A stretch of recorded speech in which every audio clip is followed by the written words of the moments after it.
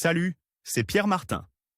Sur cette chaîne, je partage ma passion pour les voitures avec des essais, des astuces et des conseils d'entretien. Revenons donc au sujet de la vidéo. Aujourd'hui, les voitures hybrides sont une réalité et un sujet qui est de plus en plus sur toutes les lèvres. Les constructeurs automobiles cherchent à réduire les émissions de CO2 et les gens veulent une mobilité verte. Économie et respect de l'environnement, telles sont les raisons du développement rapide des systèmes hybrides. Brève histoire des voitures hybrides. L'histoire des voitures hybrides commence en 1899 avec la hybride Loner Porsche mixte, Semper Vivus, véritable innovation futuriste. Pour l'époque, équipée de moteurs électriques placés sur les moyeux des roues et d'un moteur à combustion permettant de recharger les batteries, la voiture garantissait une autonomie de près de 65 km. Un véhicule unique, suivi en 1905 par l'interurbain des bois. Une curiosité, il fallait 15 minutes pour passer du moteur à essence au moteur électrique. La même année, l'Allemand Henri Piepé a mis au point la voiture hybride Golt, qui n'a toutefois obtenu un brevet que 4 ans plus tard et n'a finalement été présentée au Canada qu'en 1914. Ces trois voitures n'ont toutefois pas eu de succès parce qu'elles ne répondaient pas au goût et aux besoins du public.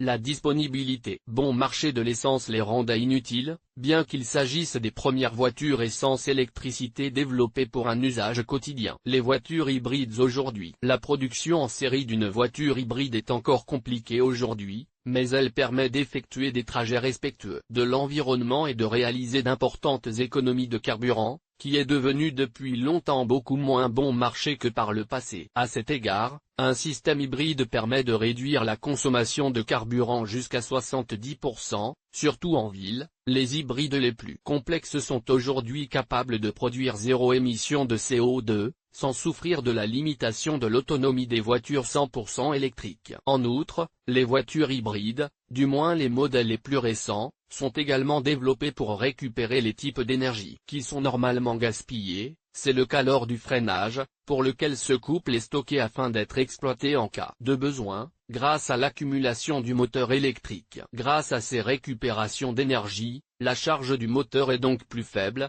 la voiture consomme moins de carburant et réduit la quantité de CO2 émise. C'est ainsi que les objectifs d'économie maximale et de pollution minimale de l'environnement sont atteints. Les trois types de voitures hybrides. En fonction de la taille du moteur et de sa puissance, il existe trois systèmes différents, chacun ayant ses propres particularités. En ce qui concerne la partie thermique du moteur, il peut s'agir d'un moteur à essence ou diesel, système très utilisé par Mercedes. Le premier est le Mazda hybride, MEV, 12 et 48V, Suzuki SHVS 12V, Audi A8, Kia Sportage 48V, économique, léger et compact, équipé d'un démarreur et d'un convertisseur DC-DC. Il s'appuie généralement sur une batterie lithium-ion d'environ un demi kWh, mais il garantit quelques kW de puissance, 5/20, et réduit la consommation et les émissions de CO2 d'environ 5%. Le second, dont le prix et le poids augmentent, est le système EV,